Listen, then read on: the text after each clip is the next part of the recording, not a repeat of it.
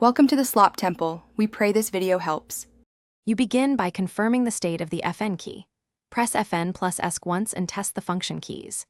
If they still behave as media keys, power off and connect AC. Some BIOS changes require mains. Also write down your exact Swift model so you pick the right BIOS option. Once done, reboot and prepare to enter BIOS/UEFI with the correct key, usually F2 or delete, because the permanent fix lives in firmware settings, not in Windows toggles. Once inside BIOS, navigate to System Configuration or Keyboard Settings.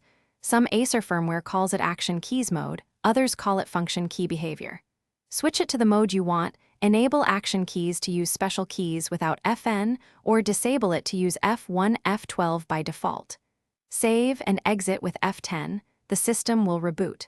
After rebooting, test multiple keys.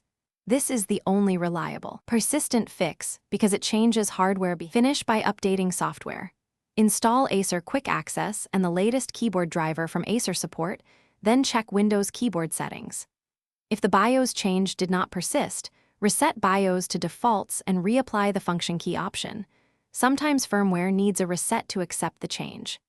If things still go wrong, plug an external keyboard or boot into safe mode to determine whether Windows software is interfering. That isolation step quickly tells you if the issue is hardware/firmware versus driver or app conflict.